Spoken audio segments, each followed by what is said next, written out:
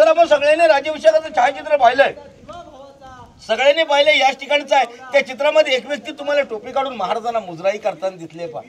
आपल्यापेक्षा वेगळा माणूस आहे. इंग्रज आला होता. ईस्ट इंडिया कंपनीने त्यांचा वकील पाठवला होता. ज्या वकिलाचं नाव होतं हेनरी ऑक्झेंडन. हे इंग्रज आपली रोजनिशी लिहिलेली यायची होता. त्या इंग्रजांनी त्याची रोजनिशी लिहिली होती. त्या रोजनिशी त्याने आपल्या राजांचा इथला तो 6 जूनचा राज्याभिषेक कसा झाला होता तो लिहून ठेवलाय. त्या रोजनिशीच्या प्रती आज देखील आपल्याला बीबीडी मध्ये वाचायला मिळतात. सर बीबीडीचा लॉंग फॉर्म आहे. बुक ऑफ ऑक्झेंडन म्हणतोय की छत्रपती शिवाजी महाराजांच्या राज्याभिषेकाची तारीख होती 6 जून 1614. त्याचीच मराठी तिथी होती की श्रीनृप शालिवान चके 1596 आनंद नाम संवत्सर चालू असताना ज्येष्ठ शुद्ध त्रयोदशीला शनिवारी पहाटे 5 वाजता महाराजांचा राज्याभिषेक सोहळा ठिकाणी झाला. तो इंग्रज काय म्हणतोय की त्या 6 जून 1674ला या दरबारामध्ये छत्रपती शिवाजी महाराजांच्या राज्याभिषेकाला तेव्हा जवळजवळ 6000 लोक उपस्थित होते.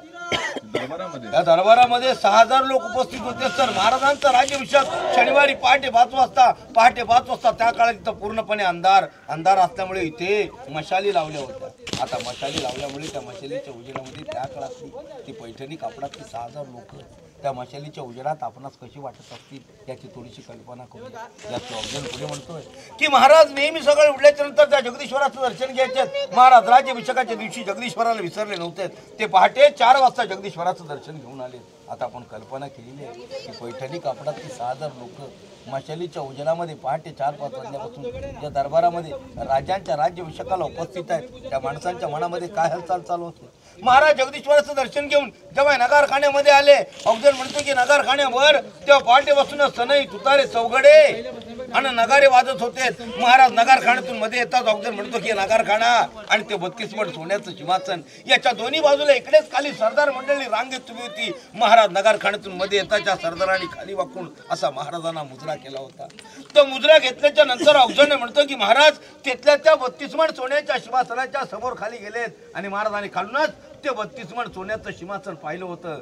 आणि इंग्रज म्हणतोय की त्या 32 मड सोन्याच्या सिंहासनाकडे पाहता क्षणाला राजांचं हृदय भरून आलं होतं आणि ते त्यांच्या चेहऱ्यावरती दिसत होतं. मॅडम शिवराज्याभिषेक ताई, शिवराज्याभिषेक म्हणजेच महाराजांच्या जीवनातला केवढा मोठा आनंदाचा क्षण.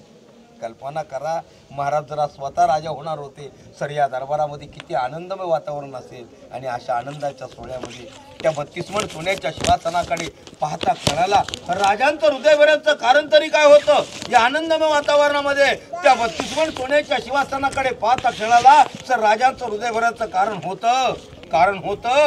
होतं पुरंदरच्या लढाईमध्ये मारला गेलेला माझा मुरारबाजी. आणि कारण होतं घोडखिंड सर करताना पडलेला माझा बाजीप्रभू देशपांडे.